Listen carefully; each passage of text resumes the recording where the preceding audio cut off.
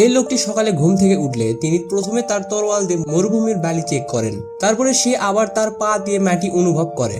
হঠাৎ তার সামনে বালু ডুবে যেতে শুরু করে। এটি দেখে তিনি এতটাই উত্তেজিত হয়ে উঠলেন যে তিনি তৎক্ষণাৎ তার সহকর্মীদের ডাকেন। আসলে মরুভূমিতে কূপ খুঁজে পাওয়ার এটি একটি প্রাচীনতম উপায়। 3 দিন ধরে তাদের ঠোঁটে এক ফোঁটা জলও ছিল না। তবে কূপটি অপসারণের সাথে সাথে সবাই অবাক হয়ে গেল। কূপের মধ্যে এক ফোঁটা জলও ছিল না। সৈন্যদের হতাশ মুখগুলি দেখে ক্যাপ্টেন রাগান্বিত হয়ে একটি ইট তুলে কূপের মধ্যে ফেলেন। তবে নিচ থেকে ধীর কণ্ঠ আবার সবাইকে হতাশ করে। সাহারা মরুভূমিতে আটকে পড়া সেই সৈন্যদের কাছে আর জল ছিল না এবং মৃত্যুর জন্য অপেক্ষা করা ছাড়া তাদের আর কোনো পথ ছিল না। কিন্তু তাদের ক্যাপ্টেন হাল ছাড়েননি। তিনি জ্যাককে কূপের ভিতরে যেতে নির্দেশ দিলেন। নিচে কেবল হলুদ বালি ছিল।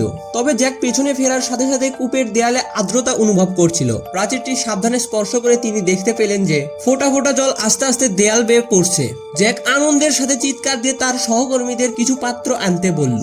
সহকর্মীরা তৎক্ষণাৎ তাদের সাথে একটি করে বক্স বের করলেন। জ্যাক খুবই সাবধানে ফোঁটা ফোঁটা জল জড়ো করে বক্সে রাখলেন। যদিও জল কম ছিল, তবে এটি সেই 9 জনের জীবনের সাথে যুক্ত ছিল। অধিনায়ক তৎক্ষণাৎ আরো পাত্র চেয়েছিলেন। কয়েক ঘন্টা পরিশ্রমের পর 2টি পাত্র অবশেষে ভরে যায়। এখন জ্যাক তার সহকর্মীদের বলছিল যে আপনাদের খুবই সতর্কতা অবলম্বন করতে হবে, কারণ প্রত্যেকের তৃষ্ণা শীর্ষে থাকতে পারে। তবে অধিনায়ক কঠোরভাবে নিয়ম করেছেন যে প্রত্যেকে কেবল 3টি চুমুক পান করতে পারে। 3 দিন ধরে এই সৈন্যরা যারা শুকনো রয়েছে তারা এখন ঘাসের মতো ভেজা লাগছিল। জল কম ছিল, তবে এটির দ্বারা সৈন্যরা বেঁচে থাকবে বলে আশা করা হয়েছিল।